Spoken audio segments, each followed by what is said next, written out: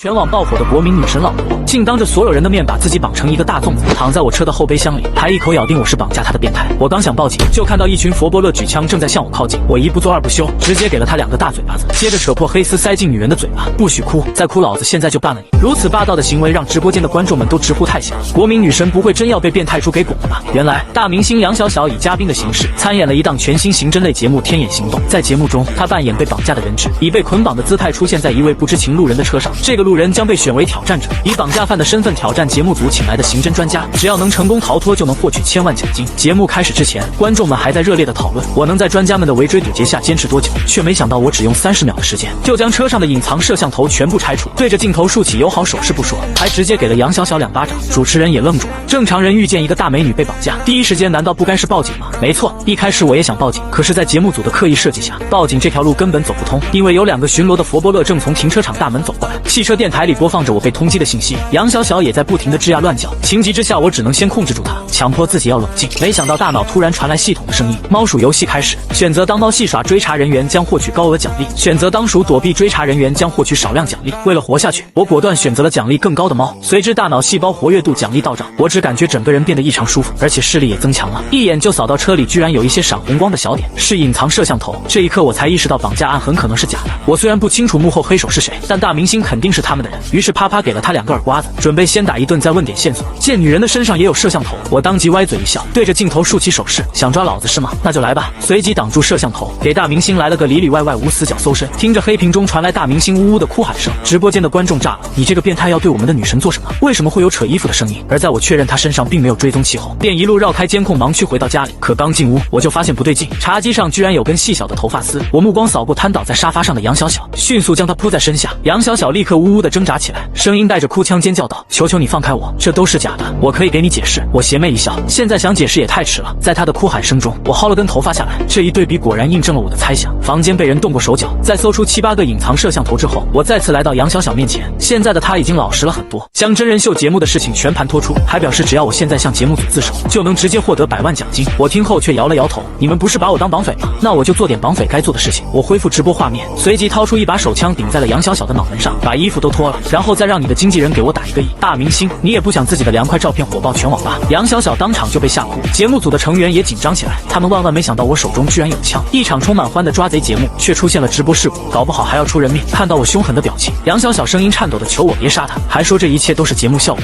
都是假的。可我听到后却只是冷笑，所以你们是在玩我吗？那我也得玩玩你们。随即将枪口顶在杨小小的脑袋上，杨小小的呼吸瞬间急促起来，一个劲的朝我摇头，可我却解开了手枪保险，对准他的眉心，砰的一声枪响，杨小小立刻扯着嗓子尖叫起来。直播间的观众们也下意识的捂住眼睛，可画面中却没有半点血色，只有我手拿一把刺水枪，噗呲一下射在了杨幂白嫩的脸上。你玩我一次，我玩你一次，不过分吧？这一刻，杨小小才知道自己被耍了，哇的一声哭起来。直播间的观众们也跟着松了一口气，但下一秒，所有人再次紧张起来，因为我忽然将杨小小扯到隐藏摄像头跟前，对着镜头露出一个邪恶的笑容。从现在开始，你真的被绑架了。杨小小这下是真的猛了，他以为刚才被我吓唬过之后，我们之间应该扯平了，却没想到我竟要假戏真做，于是赶紧哀求道：“好哥哥，你别这样，这都是节目效果。”我却一点没有演戏的意思，警告杨小小闭上嘴巴，否则把马桶揣子塞你嘴里。杨小小立刻闭上嘴巴，委屈巴巴地瞪着我。随后就听见我走进洗手间，竟然在里面点起了外卖。和杨小小一样，直播间里也是满满的问号，什么时候了居然还点外卖？不知道专家组已经在抓人的路上了吗？正期待我能给出个解释的时候，直播画面却被我掐断，因为我和杨小小要说几句悄悄话。从他这了解事情的原委后，我就知道杨小小肯定是为流量才来上的节目，不然趁我点外卖的功夫，他早就该开溜了，根本不会委屈巴巴地缩在沙发上。我直接开门见山地告诉他，我想和你合作，一起嘎节目组的韭菜，你赚流量，我赚奖金，咱俩直接赢麻了。杨小小想也没想就同意了。随后我便让他先去找个酒店待着等我，等他走后，我在屋内露出了邪恶的笑容。专家组是吧？就怕你们不来，你们不是好奇我点外卖是为了做什么吗？我要给专家组留一份大礼。我先在厨房设定完微波炉倒计时，随后拿出外卖送到的热乎金属饭盒，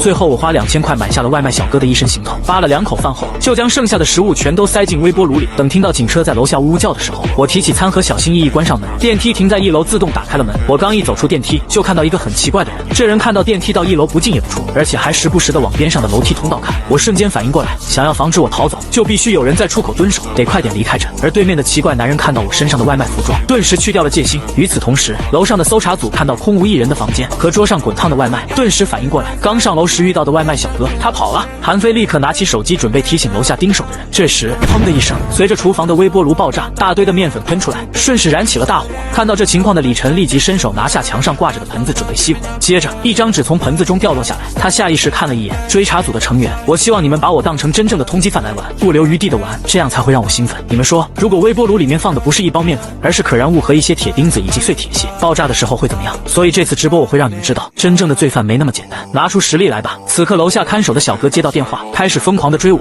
而我根本没在怕，这周围的路我已经熟悉的不能再熟悉，但光跑也不是最佳办法。既然短时间内摆脱不了身后的追击，那么就只有混淆视听。想着，我直接朝着小吃街外卖配送点跑去。乘客一路追着我，刚跑进小吃街，当时就懵逼了。同样和他一起懵逼的还有直播间水友们，懵逼过后则是幸灾乐祸，哈哈哈，笑死我了。追着追着，一个外卖小哥变成了 N 个外卖小哥。乘客看着一名又一名的外卖小哥，他这才感到不对劲，抬头看了一眼边上的门店，只见上面写着美团外卖唐东站点，我特么的被耍了。乘客忍不住气恼的骂了一句：“这混小子竟然耍我！”我成功摆脱乘客后，戏耍追查组成功的奖励也随之到来。我在4个选项中选择了专家级别反侦查能力，毕竟有了刚才的经历，追查组的人显然不会再对我掉以轻心。而我在收获奖励后，发现现在我不用刻意去寻找，就能注意到街道上的各种监控摄像头。我越发觉得这个猫鼠游戏越来越有意思了。随后，我直接去酒店找了杨小小。杨小小看到我后满脸的不可思议，没想到我居然从追查组眼皮底下跑了，随即围着我在我身边打量起我来，真牛逼，感觉得重新认识一下你这个大绑匪了。我笑了笑，那我这大绑匪要撕票了。杨小小当然知道是假的，于是问我怎么撕，在你头上贴张写着死人的纸，告诉节目组我把你杀了，就不用带你了。那我可不干。杨小小摇了摇头，你最少再让我活久一点，我可受不了上来就领盒饭。说到这里，杨小小的肚子咕咕咕叫了起来。折腾了一天，我也感觉有些饿，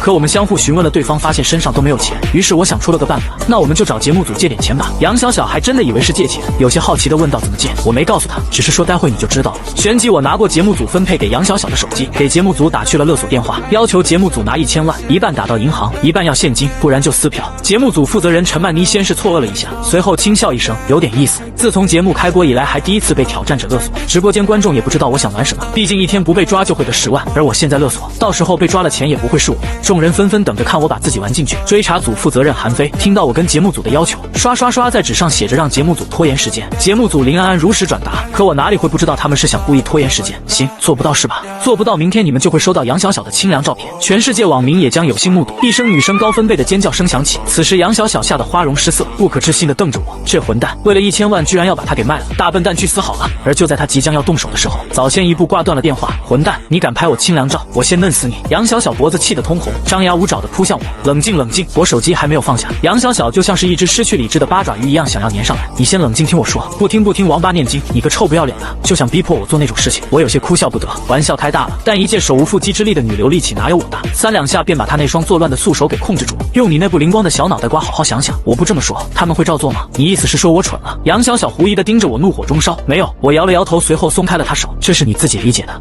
杨小小咬牙切齿，一码归一码，说他蠢的事可不能就这么算了。看到他还想要再次扑上来，我赶忙说道：1000万啊！杨小小手中动作戛然而止，本来打算勒索500万的，在我帮助下，他的身价立马翻了1倍。况且清凉照的事也不是真的。杨小小穷鼻发出一声轻哼，看在钱的份上也没再和我计较。而此刻正在观看直播不明真相的吃瓜群众已经彻底绷不住 ，LSP 们疯狂的连滚键盘。大哥，龙国人不骗龙国人啊！说好的果照，你要一不做二不休，坚持自己的原则。大哥不用节目组给你筹备1000万，我们广大网友给你狂刷礼物，你只需要履行自己承诺便可。我们只要小小的果照，对，我们众筹，这些都是看热闹不嫌事大的。与此同时，节目组给杨小小的手机来电接二连三的响起，可我就是不接。你不接吗？1000万这事还没有敲定下来。杨小小眨了眨眼睛，一脸不解的问。我老神在笑了笑，他们越急对我们越有利，不过最后能不能成，还得看你。看我。杨小小指了指自己一脸的懵逼，我笑了笑，朝他勾了勾手指，切，神神秘秘的，生怕别人知道呀。杨小小嘴里嘀嘀咕咕，身子却十分诚实的往我身前靠了靠。我在他耳边小声的说了些什么，不一会儿，杨小小小脸蛋红扑扑的，整个人兴奋了起来，伸出白皙修长的玉手拍了拍我，真有你的，你也太坏了。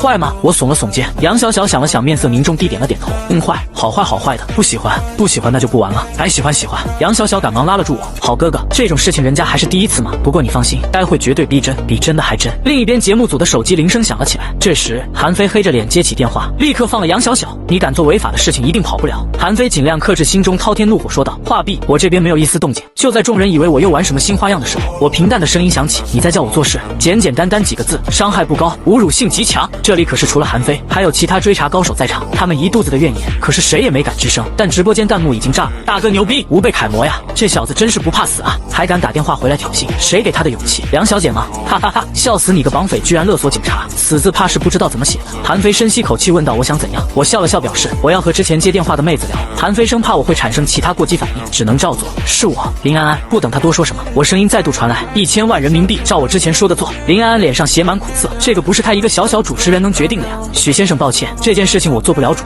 呵呵，做不了主。与此同时，撕拉，一道衣服被撕扯开的声音响起，伴随着杨小小惊恐的尖叫声。啊，你不是人，都是节目组安排的。呜，你有本事整他们去啊！住嘴！再敢说半个字，我用东西堵住你的嘴巴。我的忍耐是有限度的。嘟嘟嘟。紧接着不等林安安开口，我直接挂断了电话。与此同时，观看直播的水友们直接炸开了锅。绝大多数人认为杨小小惨遭毒手了，让追查组与公安部门快点展开行动，将我绳之以法。会议室听到杨小小无助的哀求声，所有人怒了，这哪是撕杨小小的衣服，这分明是打他们的脸，当着他们这些追查高手的面，知法犯法，嚣张跋扈，王八蛋，被我抓到你死定了！乘客爆了一句粗口，双手紧握，发出噼里啪啦的骨头响动声。韩飞等人一脸黑线，得这节目怕是没法继续往下播了。多1秒耽搁杨小小，又那边多一份危险，而我根本不给他们任何套话拖延时间的机会，给总部发信息，采取封城，将他列为真正的通缉犯进行逮捕。韩飞深吸一口气说道。另一边，主办方老板宋一雪正认真听着那通电话的回放，他眉头蹙了蹙，让人把速度减慢到1.5倍。不一会，果然发现了猫腻。虽然杨小小的惊叫声很自然，反应也很到位，但继续深入往下思考，他真要勒索节目组，公然挑衅警察权威，会让杨小小说那么多废话，可疑点太多。结合先前我表现出来的迹象来分析，微波炉爆炸并未伤人，只是为了戏耍愚弄追查组人员。宋一雪嘴角翘起一抹迷人的弧度，好你个臭小子，把女明星都说动配合你演戏了，不简单啊！宋一雪拿起节目组备用手机拨了过去。杨小小知道1000万大计划可能泡汤后，苦着一张小苦瓜脸，双手抱腿蜷缩在一旁。见到我不接电话，他神情木讷地提醒了一句，而我正忙着思索其他搞钱计划。他们敢打电话过来，证明勒索计划泡汤了。不过想来也是，就杨小小这个猪队友给自己加戏那2句，过阵子傻子都能猜到是假的。手机铃声又响了一阵，杨小小穷鼻皱了皱，不耐烦地爬了起来，想要去关掉那烦人的电话铃声。正当他要挂断的时候，余光瞥了一眼来电显示人，赫然显示的是宋一雪的名字。总导演打电话过来干嘛？这话引起了我的注意，把手机给我。电话接通，一道撩人的御姐音在耳畔响起，拙劣的勒索手法。宋一雪吐槽了一句，我耸了耸肩，你们给我准备的女明星脑子有坑，下回还想玩我，麻烦换个聪明点的过来。闻言，杨小小瞪了我一眼，又说他蠢。